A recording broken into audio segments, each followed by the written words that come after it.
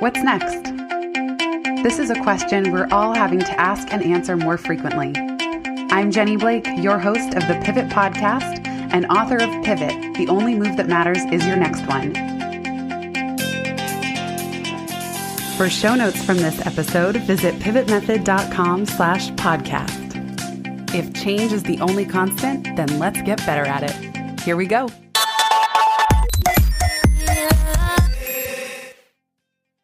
Hello, everybody. Welcome back to the Penney and Jenny Show.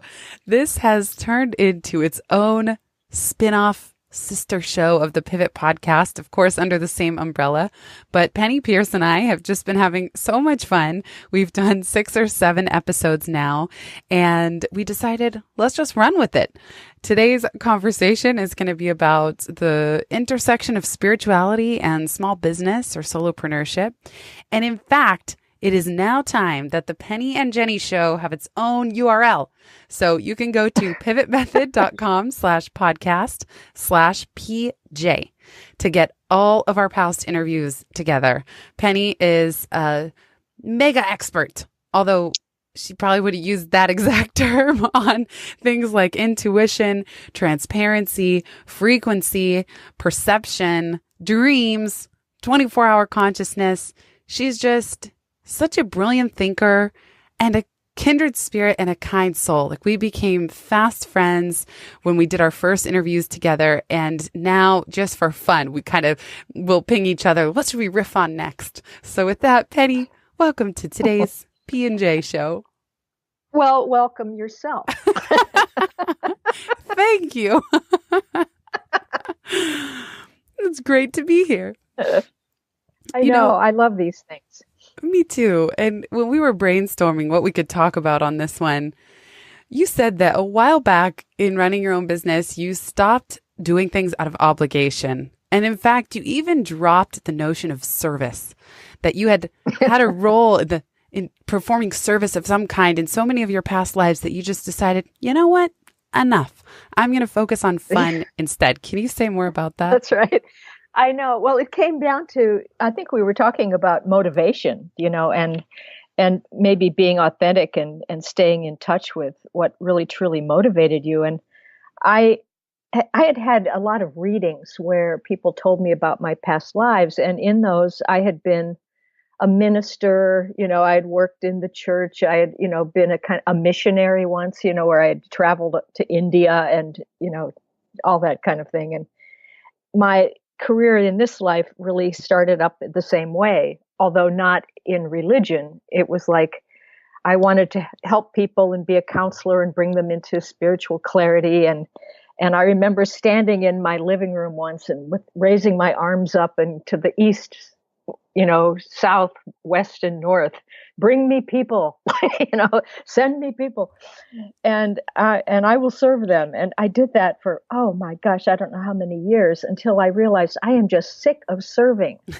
I don't want to do it. I don't want to do it out of this motivation anymore, because it's sort of like, it's not so much rescuing, but it didn't feel right. And so I'm not going to have this motive anymore. And right almost immediately, all my clients fell away. It's like, I wasn't putting myself out in the same way. And I guess certain people were not answering the call. So what happened then was I just went ahead and I started doing things I enjoyed doing.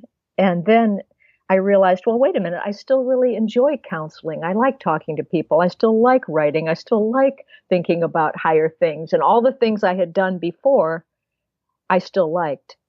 So I thought, okay, I'm just going to do those things again, but this time for fun, this time to enjoy everything.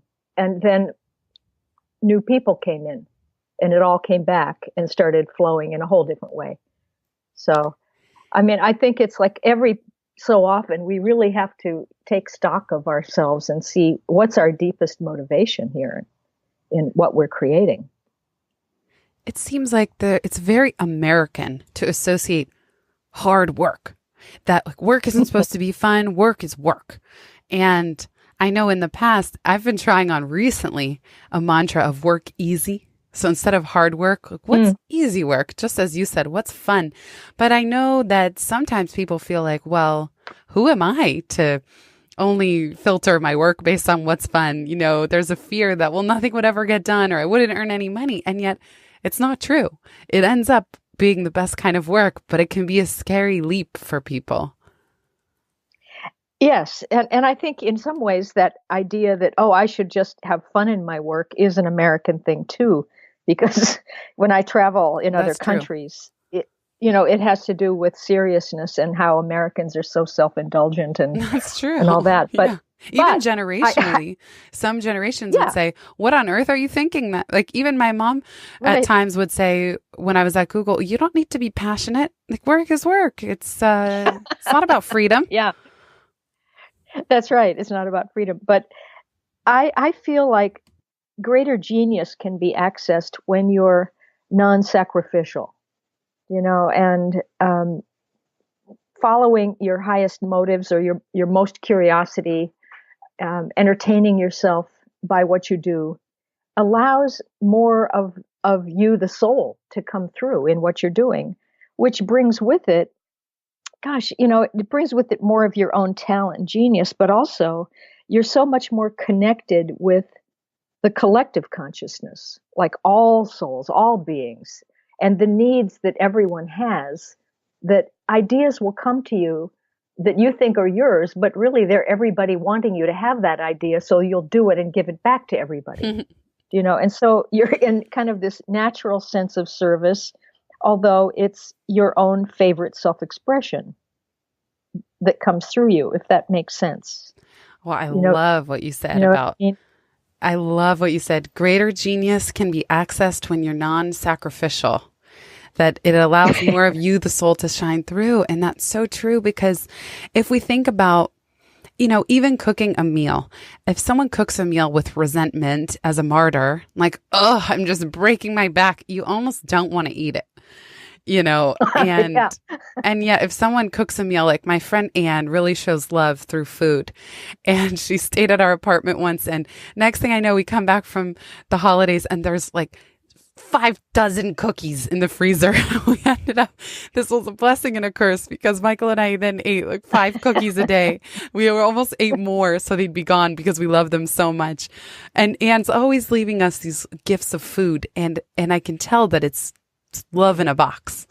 And I think that our work can be the same way, that when you're martyring yourself too much for your work, it gets infused with this energy of resentment, and it affects the end product and how it's received. And we're all very, very sensitive these days. I mean, and growing even more so, I think. And so the idea that you can feel resentment or frustration in the end product, whether it's food or whatever it is, if I'm doing it out of lack, then it doesn't go through as well. It doesn't connect as well. It doesn't work as well. It's just, these things do show up.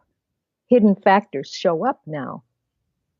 So it's all the more important then to be transparent, and to allow you, the soul, to come through you, the personality, and animate it, and then I think that our motivations, we really do change over time, that there are certain things in different periods of our life that we're trying to learn, and then you learn it, and then that's when you start getting bored and you feel like I'm doing the wrong thing. And at that point, it's like a cue to stop and get recentered and think about, well, look at what I've just accomplished, both externally and internally. Look at what I've learned. Great. Now what am I interested in? Instead of making the whole thing wrong, go to the next thing with the next sense of curiosity and enthusiasm. Because we're moving through life lessons, Right. And there's such a playfulness to the idea of the collective consciousness wanting you to have something as well. Like for some reason that just makes me smile. It's like everyone jumping up and down, like, yes, we've picked you. We think you're the perfect person to carry this into the world. And that if we're in our zone of genius or bliss state, which I find I'm always in a bliss zone having these conversations with you. And it makes it just dissolves the very notion that it's work of any kind. Yeah.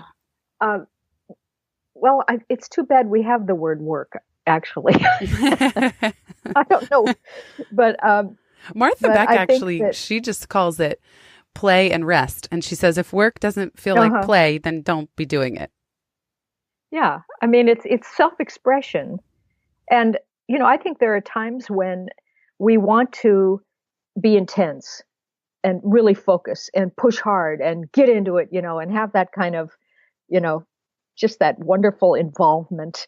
And whether that's manual labor, sometimes I just like digging up the garden and the dirt and or pushing to get a book done, something like that, where there's discipline. And other times I want more kind of fluffy, curvilinear, softer things that are, just frivolous a little more. So we have to honor all of our moods and tendencies that we have as human beings. So I don't think that hard work or, concentration is at all negative. I think it's really valuable.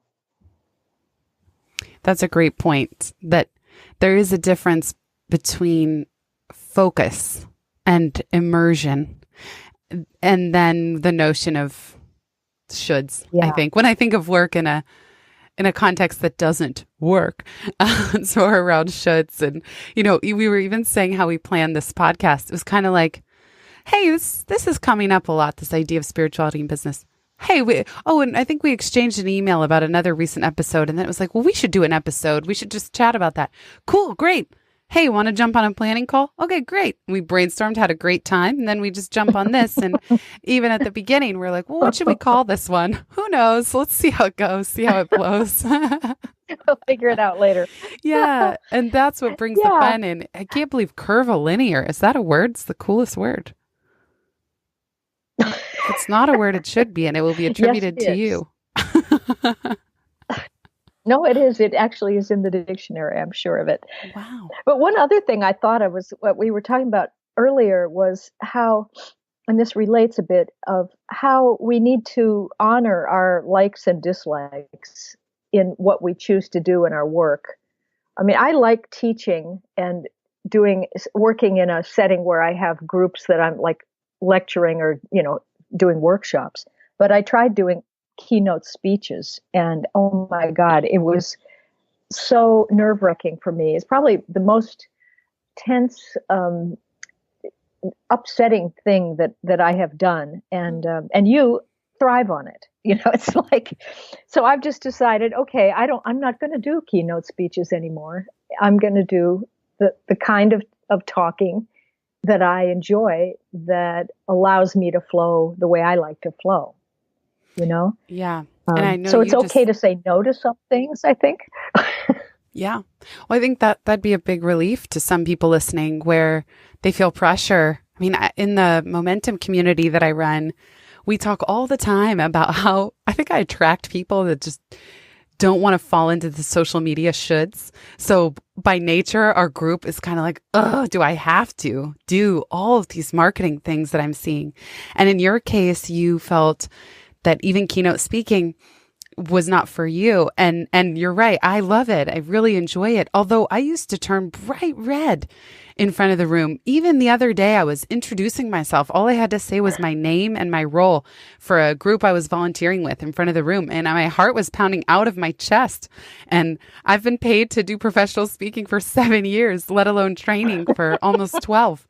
So it's bizarre. And I guess what I'm curious about is, how did you know, well, wow, keynote speaking really made me feel uncomfortable, I'm not going to do it, versus in my case, I kind of thought, wow, I turned bright red and I'm so nervous, but I got to push through because I really enjoy it. How did you know not to try to overcome anything, but rather to just grant yourself that you prefer workshop and retreat style format much more? Well, one was, I realized I didn't like talking at people. I liked interaction. I liked more of a natural flow rather than memorizing a script and sort of doing the acting, performing thing that you do with keynotes a lot of times. And that it killed my, what would it be? Like my fluidity, my spontaneous connection with source. Because a lot of times when I'm just talking or teaching, things come out of me that I didn't know were there, and that, to me, that's self-entertainment. And so I like teaching. I like, just dialoguing with people a lot. So that's my preference. And I know that I contracted when I went into the other mode. I contracted so much, I could barely even think. So it was just not a big choice. It was really like, I just can't do this. I realized after I asked the question, I'm like, I'm talking to the master of intuition here. what reason will there be other than just knew. But I like how you described it as noticing where you contract. And it's funny, I can relate to what you said about keynotes because I'm also, in fact, I just saw a clip of Tony Robbins this morning and I thought, wow, is that different from what I do when I'm on stage? And I tend to be more relatable and more interactive. So half of my keynote is giving the audience time to reflect for themselves of what's important to them and what their next moves might look like. And I even got, when I did the conferences for women, I spoke to rooms of 1,000 people at a time. And I had never done an audience that size. So it was, in fact, terrifying. But I remember getting the survey feedback back. And many people said, great speaker, loved her. She was so relatable, really warm, kind, intelligent, etc. And then almost exactly, I would get, didn't like her at all, didn't like her, didn't have enough energy, was too low key, was too casual. Right. So the very thing that many people liked was also the thing that I did let down those that were going to be looking for a performance because it's just not my style.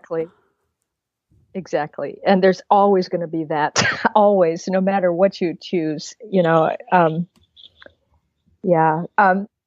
part of that same choice about liking and disliking, I think, has something to do with how large we want our organizations to be, especially when you're a sole proprietor. I've, through my career, been tempted to form, like I started the Visionary Institute at one point, and I thought I would have this large learning center and do all this stuff. And the further I got into it, the more I realized that I didn't want to be doing administration and fundraising and all of that. I wanted to be with the people doing the work directly. So I made a conscious choice to stay small and go deeper.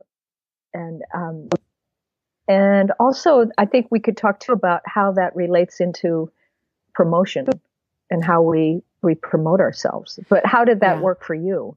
Well, now I'm remembering what sparked this podcast, which was the episode on Elaine Pofelt, who wrote the book, $1 Million One-Person Business. And you wrote back and you said, yes, that's how I run my business. And I said, me too. And that's like, we were like, let's follow up on this conversation. And you mentioned promotion, because I know not everybody listening is running their own business full time. I remember being at Google, and because I joined there when I was 22, I just was still in the old linear thinking, as you would call it, obsessed with promotion. I just thought, man, my whole time in school was about getting good grades and getting and advancing to the next level. For 12 years, that was the goal. So when I got, I worked at a startup, and then when I got to Google, it was no different. It was just, how do I please and perform?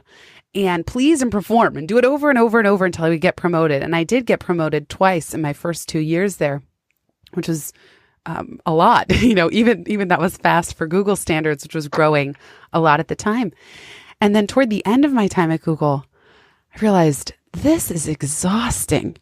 And I don't want to be up in the ranks of management with managers above and below me. And so I decided to myself, I don't care anymore about getting promoted. I just decided one day to drop it. And I thought, I'm not going to do any less quality work, but I'm not going to obsess. I'm not going to give 150%. I'm going to give 80, 90, Mm. 100, like something that allows me to keep my sanity. And much to my surprise, I was ready to get fired. After that, I was like, all right. And then it'll take about 3 to 6 months for them to fire me. and, but then what ended up happening was I was so relaxed. I still exceeded expectations. And yet I just felt like I don't care anymore. And I was just saying, I was being interviewed on a podcast earlier today, and I was saying, my wish for so many of us in the ranks of big organizations is like, at what point is enough enough? Just by living in America, well, which not everyone listening to this podcast does, but if you were raised in America or many Western countries, we're in the top 10% of wealth in the world.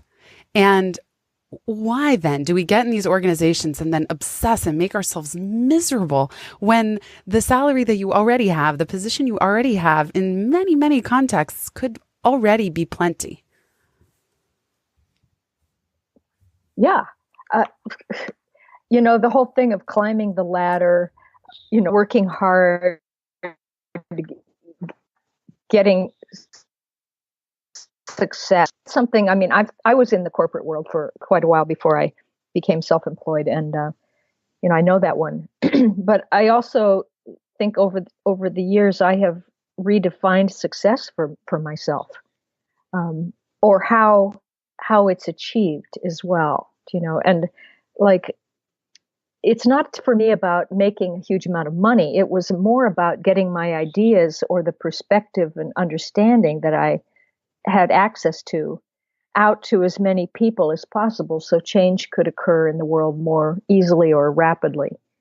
And that it part of that was the learning to have patience and a sense of faith that somehow I knew that deep down under the surface things were being interconnected and it was going to work. Just give it some time, And there have been then synchronicities and people showing up and sales of certain books just going crazy all around the world, um, and it's sort of like this relaxed sense of promotion and a sense that success is going to happen, because maybe it goes back to that thing about they gave me the ideas and I'm going to do something with them, and they're mine and for everybody, so I'm going to fulfill that.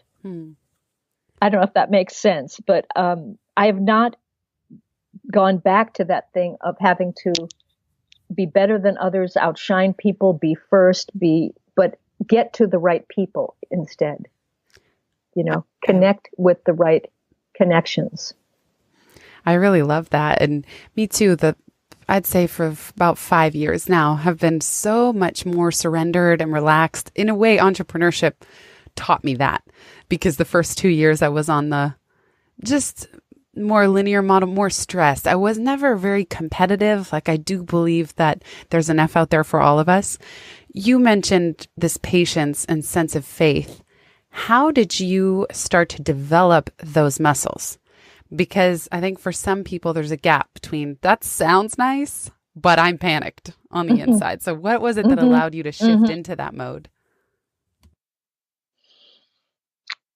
I think a couple things. Early on, I was in competition with a lot of other, at that time, there were people who were mediums and channelers and people who were kind of new age people that were making a lot of money and were real flashy and promoting themselves. And I had a couple experiences where some of them took clients away from me and claimed to be my friends, but actually betrayed me. And at a certain point, I thought, like, that is just not the way to do it.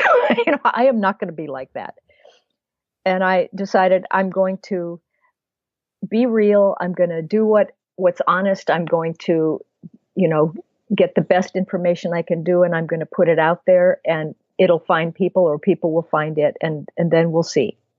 I took it step by step, and then the other part of it is that when you do meditate a lot, or you do work with the non-physical reality, which is, of course, if you're working with intuition, you have to go into those inner worlds.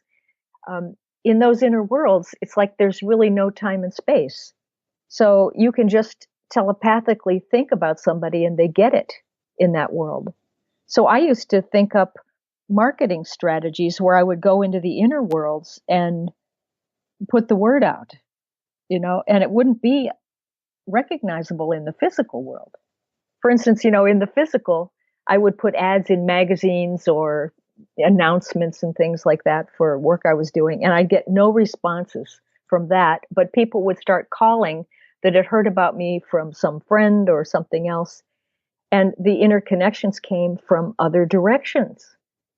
But it was almost like the ad was a ceremonial act that made it real for my body, and I said, okay, so this is, going to happen now. It just was practice, Jenny, I think, of letting things go, moving into working with those inner worlds, and then seeing that it did work. That's what I was going to say. I remember it does work. Well, Simon and Schuster, they called me when Frequency started selling a lot. That was one of my big books. And they said, "What are you doing?" The sales team, the sales manager of Simon and Schuster called. "What are you doing? That makes this sell?" And I said, "Nothing, nothing. Just maybe some radio interviews or something, and bookstore talks or whatever. But it's getting around word of mouth." Yes. And so yeah. Word of mouth. I don't know. It's I just think name of my game. There's something about I've always called it being a marketeer, like a lot of the people who go online and who are hawking things all the time. And it's so cheap in a way to me. It doesn't have any dignity to it. And so that's a personal choice for me that I don't want to do with things that way. It's almost feels like it comes from a sense of lack or a sense of that you don't feel good enough about yourself, so you have to convince everybody else that you're really good. Totally. I think quality, the energy of what you put out has a frequency, and that communicates to other people. And if you're authentic and you're doing good work, you can educate people about the fact that you're around, that you're available, and what you're doing. Yes, but you don't have to push it on them. So that's just my orientation. Well, I'm with you. I feel like I just can't do it. Similar to you in keynotes, there's a certain amount of social media and sales. I just can't do it. And I will do some when I really believe in something that I've made, like the book.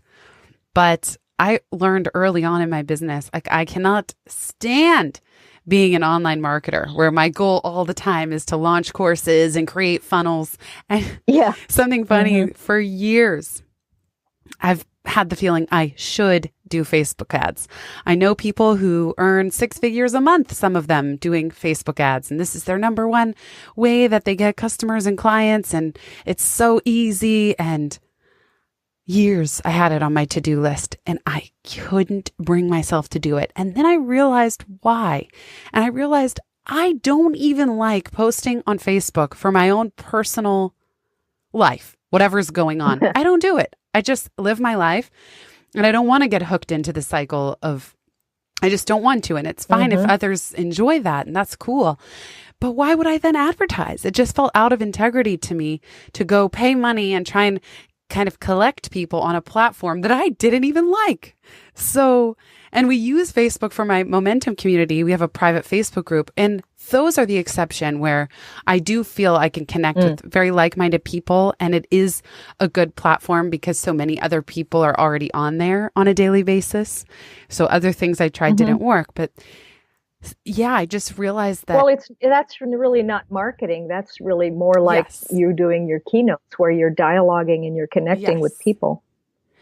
Yeah. And I love what you said earlier, that practicing this patience and faith and even connecting into the non-physical world and trusting the frequency of what you've created, it draws people in. And the thing is, it works. When I think about how I've developed this skill, I realize that, as you said, serendipities start to happen. And actually, this is the way that I've created a sustainable business. And it's the most counterintuitive thing, because it's like by loosening Right. the reins and even letting go of the reins completely, or there's the Zen saying of lift the oars.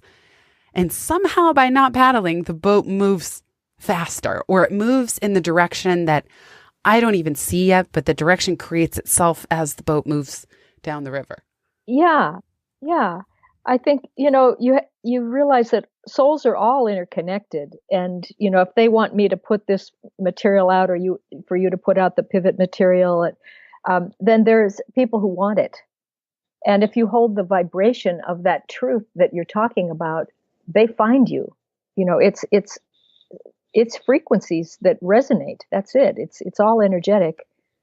I think one of the things I used to do was, when I'd go to bed, I'd imagine I had a big lighthouse up above my body, and it was going around and around, sending light out, around it. And I would just say, well, here I am. If anybody needs what I have to offer, here I am.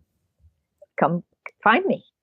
And Love it. I would do my part, but they would find me. And I remember when I moved to Florida, which was like, talk about counterintuitive or illogical.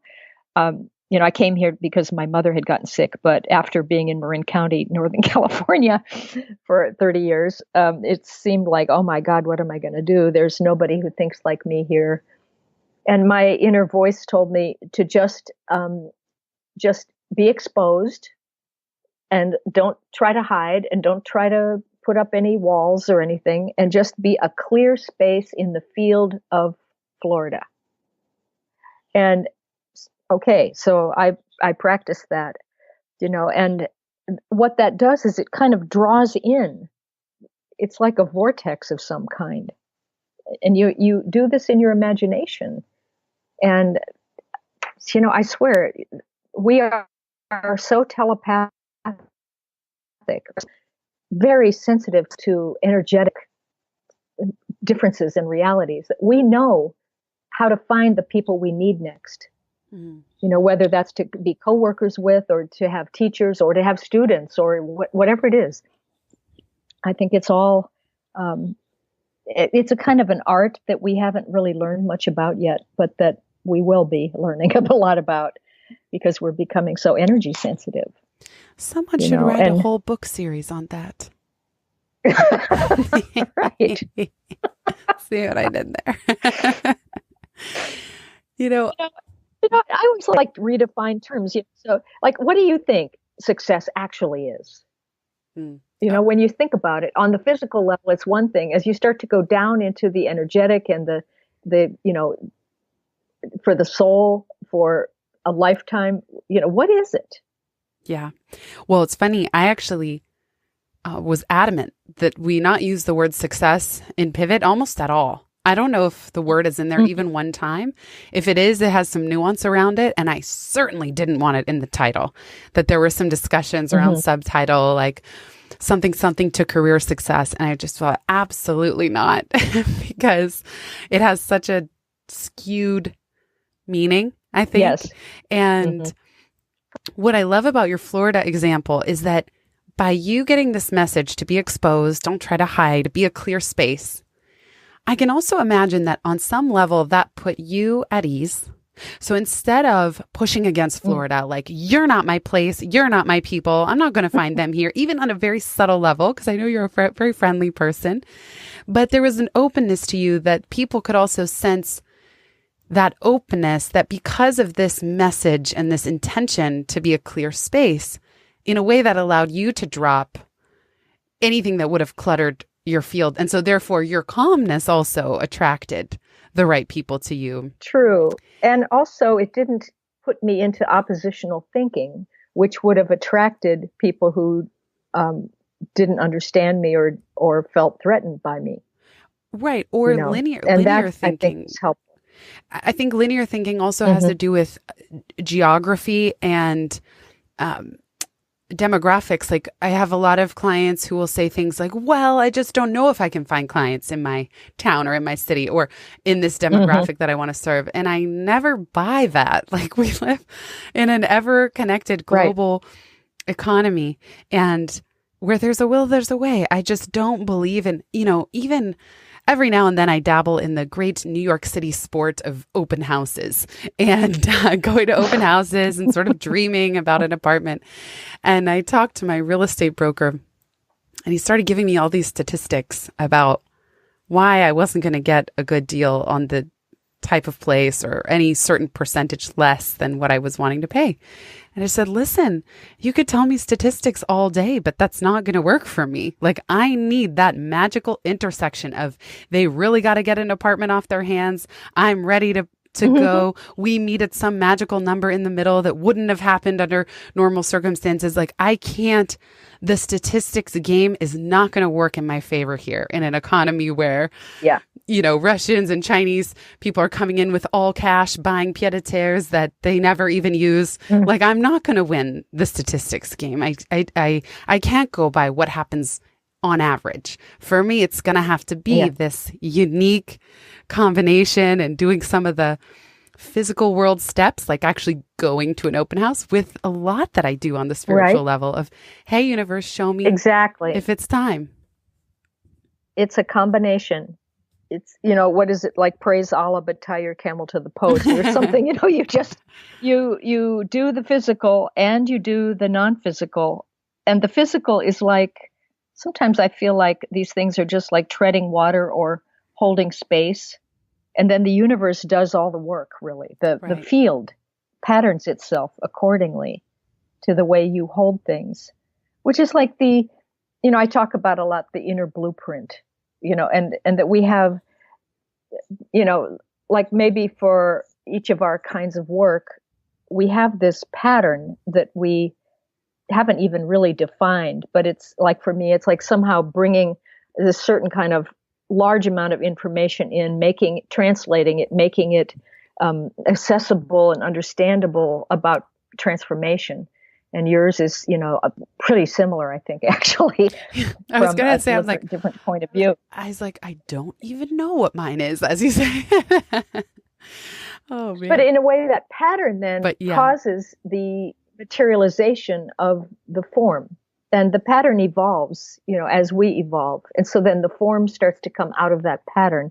So you can make changes very quickly, not by trying to change the form, but by changing your attitude, your imagination, your involvement in your imagination with your body, by your body, so that you feel it to be real. Like you feel that new apartment or place to live, and it becomes so real to you that your field will repattern itself so that comes into your world. I And must, there is no level of difficulty. right. But the left brain always thinks there's a level of difficulty. That's the statistics and stuff. Yeah. And I was just saying, I'm also not attached to whether that's the right next move or not. So I kind of feel like, who Mm-hmm. knows? Maybe I'm saving all this money for the perfect next thing that I don't even see yet, but it's not an apartment. So I Mm-hmm. tend to trust that I'll be shown. Yep. You mentioned you're imagining the big lighthouse above your body, saying, here I am. And my prayer is often, put me to work. Show me how to serve. And Mm-hmm. there's that word that you dropped. But Mm-hmm. I think I was a nun Right. and alone in a lot of past lives, like just doing my own things. So maybe now is my Yeah. time to serve. But I just say, show me how to Yeah. serve. I actually have no clue. And I've been thinking about this podcast and how this notion of put yourself in the path of pivot, like I actually don't have any Mm-hmm. clue where it's leading, but I'm in the path. I'm in the way of progress, because I'm doing it week Yeah. after week. And that's what I call public original thinking. I don't like the Mm. term personal branding, but I do think that public Yes. original thinking that's unique to you, that you do in public, is really a great ticket toward serendipity and attraction. Mm-hmm. Mm-hmm. Yeah. It's like, for me, it's sort of like enjoying the surprise of how the world morphs itself day by day and brings things in or dissolves things away, and then realizing that it's me, at a bigger level, connected with everybody that's doing this. It's not happening to me. I'm involved in it all, and yet I still let myself be surprised by, I don't like to use the word the outside world anymore, because I don't think it's actually out there. It's the bigger me in that comes into my consciousness as events, and thing objects, as opposed to my inner thoughts. But it's still my inner thoughts. So just like there's an inner blueprint for a pattern of what I want to do, and then an outer form, I think there's a correlation constantly between the way the events show up in your world and what you're actually thinking about in your inner world, or what the soul, is materializing next. So I always make that connection between the non-physical and the physical, let's call it, rather than inner and outer. That they're always interconnected, and they're always vibrations and, I say, versions of me, types of my own energy, happening simultaneously. So I call that the law of correlation. It's just to have that be a kind of mental practice that I do as I watch things, to see how is what's happening in the world that I become aware of, that is in my noticing, how is that part of me? What am I doing inside that parallels that? And that I think pertains a lot to then what you feel like doing next. How your business might evolve. I was just gonna see case in point right there. It's just one mind. I was just gonna ask you, what do you do when you're in a lull, or what feels like a lull in your business or career, and you're not sure what's next? Mm-hmm. And I like how you have an inquiry as well, that you say, what's my next courageous act? Which I think is so cool. Yes. But what do you do when you just don't know? Well, first of all, I've learned to make use of this kind of liminal space, which is, the threshold space, where you've really finished a certain set of life lessons, perhaps, which maybe correlate with a phase of your business. And it's very important to complete that consciously, and take stock of it and say, what did I learn? I'm so pleased with myself, and take satisfaction. And then let yourself be spacious for a little while. And when I get into that, which has been earlier this year, I had several months of this where I felt like I was waiting for a new reality to sort of descend or show up around me, that I knew it was coming. But I could feel it and get a glimmer, but I couldn't tell what it was yet. But so I knew it was coming. And meanwhile, I just tootled around the house and cleaned up and replenished supplies and did gardening and tidied, and just, like a friend told me, yeah, and I'm in the same thing. I'm organizing my sock drawer,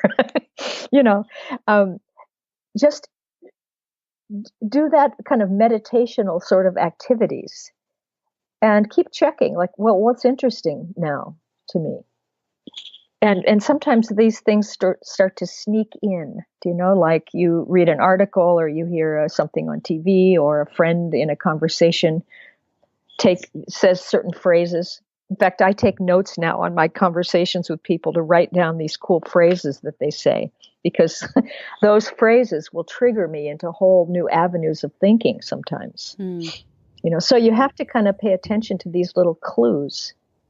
But a friend of mine said the other day he felt like there was this pressure on his back, like there was this whole big thing behind him that was pressing into him, that it wanted to come through his body and come out the front and show up in front of him, but he couldn't tell what it was. And that's the feeling I think we get sometimes when we know that we're about to go into a whole new phase of ourselves. And I think right now, the time that we're in, a lot of people are going through this. This sense of we're about to be lifted out of something that's too small of an explanation of ourselves and into something that's more true for, how do I want to say this? It's like, I think we're starting to identify ourselves as the soul.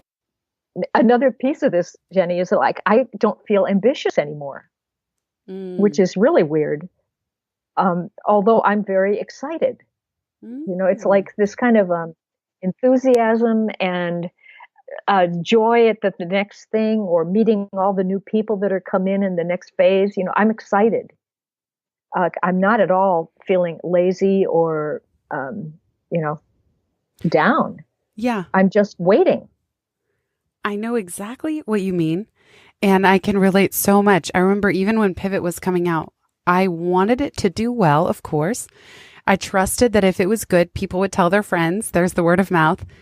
And at the same time, I didn't care how many copies it sold. Mm-hmm. Like authors were shocked to find fellow author friends. They're like, so have you checked your stats? How many have you sold? I hadn't even looked. Like the first 6 months, I didn't even look. I forgot. Mm-hmm. And they were flabbergasted. Some of them would check multiple times a day. And it's interesting. I'm curious to hear your thoughts, because I think one criticism or question from the outside is, even this notion of waiting for the next direction to descend. And for me too, I feel that like I get excited about things, but I don't have all this mega list of goals of things to achieve. I just dropped it and life was so much better. But some would say, oh, surrender. You're like not in, I don't know how to even phrase this question, where surrender gets a bad rap, basically, or waiting to receive the next direction. Some would see as too passive. You and I know that that's not true, but how do you distinguish between what would be judged as, well, it's fine line. I think there are fine lines here that we have to distinguish between, for instance, ambition and just enthusiasm.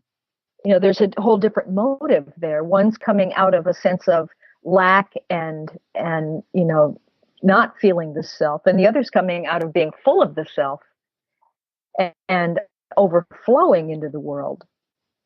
But they can look kind of alike. Same thing with waiting or being consciously engaged with the goal. There is a time where you need to be spacious and let go of doing and willpower, where you allow yourself to reconnect or merge again into the imaginal realm, to remember how big you are. It's like dreaming at night. You have to let yourself reconnect with the big thing and allow new patterns to form and new sets of instructions to come in for you. And while, that could take a minute, or it could take a month, or it could take several months or a year or whatever, it can be different scopes. But there is a need to disengage from the old, allow nothing, and then allow the new things to start coming in. And I feel it always coming in glimmers and little ideas and little test cases, like you and I saying, oh, let's do another one of these interviews and talk about some other things. And it just came up one day, and then we decided to do it, and we're doing it. And it didn't have any effort to it at all, So you start with little things like this, and then maybe they grow into other things, or maybe a bigger opportunity comes along for you. And then you have this exact same feeling about, oh, this would be fun. Let's do this, worldwide tour, or whatever it's going to be next.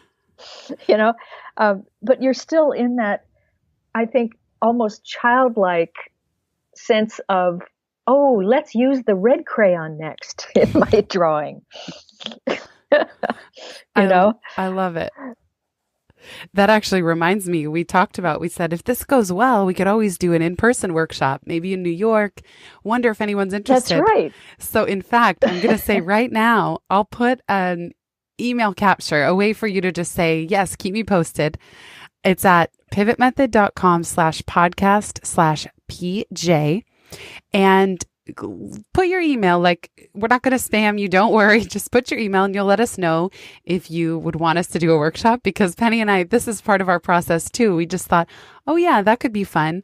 And so partly this will be a collaboration. We'll see if the field of all of you listeners would want to do that. And if we do get enough interest, we'll definitely make it happen.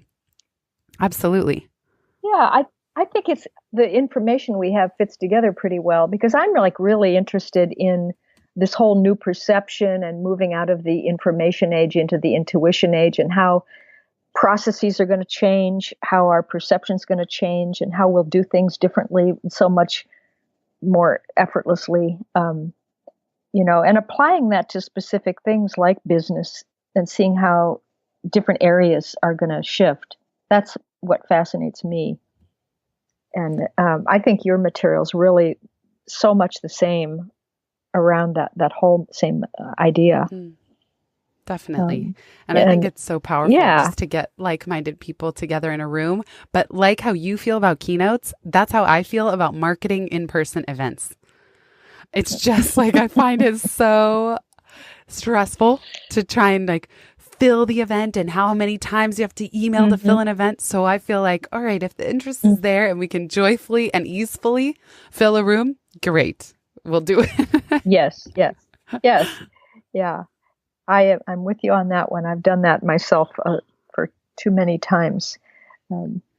But this is a leading edge, really, I think, of business but business, what is it? It's like, it's going to become much more about collective consciousness and collaboration and groups becoming, really flatter, and where everybody has authority within the group, and then those groups connecting with other groups, and this kind of this networking that's building into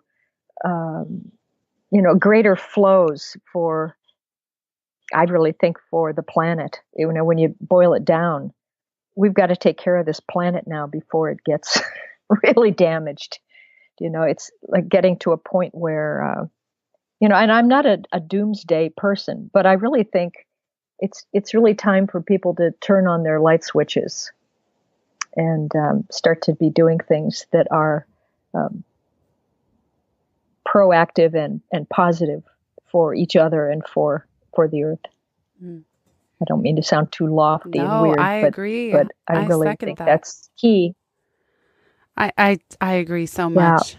And I feel like it's kind of an inevitable next step of just treating each other with kindness. I think, even if right away the context or the content of what these businesses are working on, large and small, may or may not shift drastically, but what can shift is how we work and how we show up at work and how we treat employees and each other and clients and friends and just this whole thing, because I think that people are really tired and burning out and unhappy, and just there are many things that need to be dismantled. And I would have felt the same way, like, oh, there's, I was never drawn into the social change world, social causes. I just hadn't gone there yet. I came up through Silicon Valley, and all that they talk about making the world a better place, it's through a very different lens than some of these social change type initiatives. And so I'm very curious about those.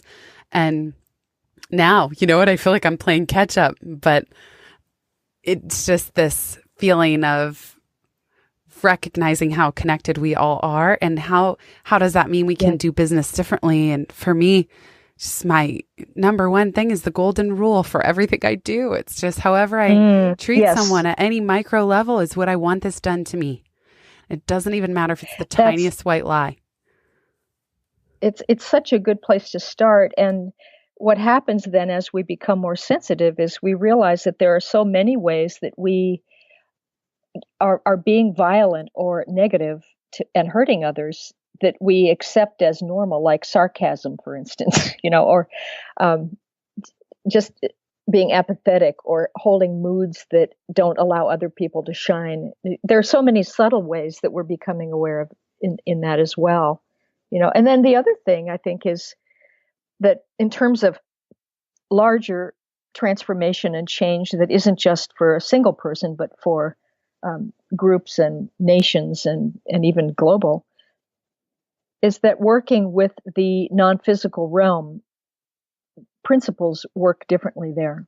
Things are all in the present moment. Change can be instantaneous. It's like the 100th monkey syndrome, for instance. I mean, that's like you get to a certain point, and not every single person in the world has to change. There's a certain kind of critical mass that can be reached, and suddenly it changes. There are other principles that work in the non-physical worlds that are very hopeful. And when you think about transformation or change in a linear way, cause and effect thinking, that's old, and that's not the way this new reality is going to function, because everything's getting faster and faster and faster. So it's not going to be such a hard thing to affect some great, extensive changes in the world. It's just we've got to get connected and get on the same frequency. And then those things are going to start to come about, because the patterns will start changing, and then the physical form will drop out of those patterns. I don't know if that makes sense. Oh, yeah, that's such a great call to action. That's what I'm thinking. I love it. Just that we've got to get connected. And then it is very encouraging, actually, amongst all of the terrible things happening around the world. I love that you're saying because things are speeding up, we even have an opportunity to affect change in an instant and in a faster way. And yeah. I know you're giving a workshop coming up on creativity and intuition, and even that you just gave one on creativity and intuition, and the upcoming one is intuition and energy dynamics for counselors and healing professionals. And I know one big thing you're going to talk about is shifting the perspective on healing. Can you speak to that for just a moment? Yeah. Last year we did a workshop, and this is in Copenhagen.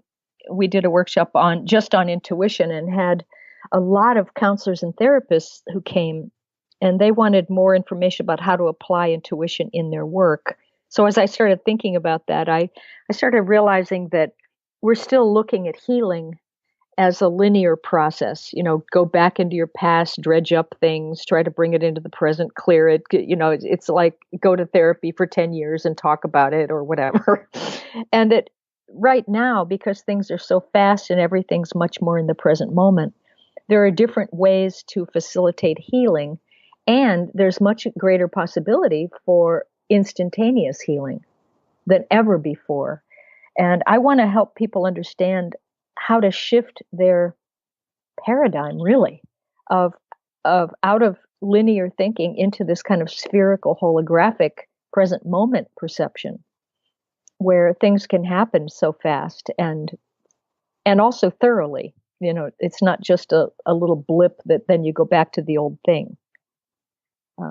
So, yeah, that's what I'm still bringing the training in, like you call it, out of the goo state. I think I got that from you, by the way.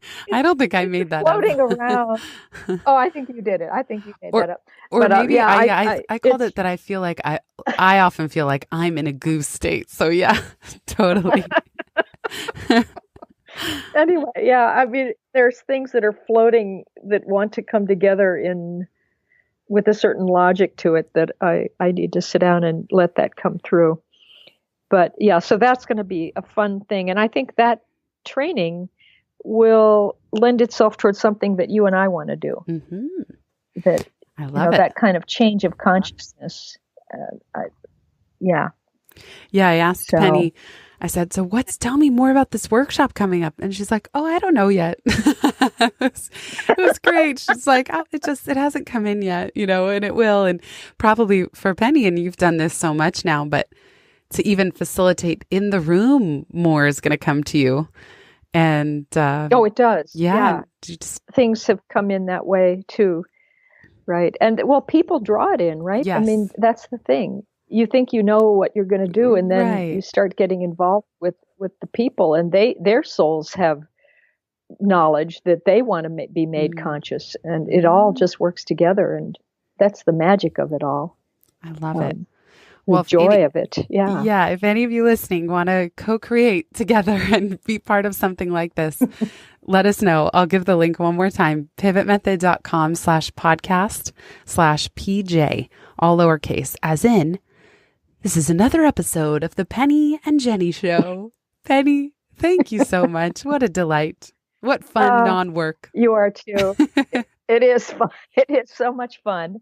So much fun. Thank you so much. Yes, thank you. And everyone, on the link that I keep mentioning, I've said at the beginning, but I'm going to put all the episodes that we've done together. So you can find them all in one place. And this is going to be the little parallel sister podcast to Pivot. And if you liked this interview and if you appreciate Penny's view on the world as much as I do, I really encourage you to go back and listen to some of the previous episodes. Penny, thank you again for being here. All right. Can't wait for the next one. Me too. Bye, everybody.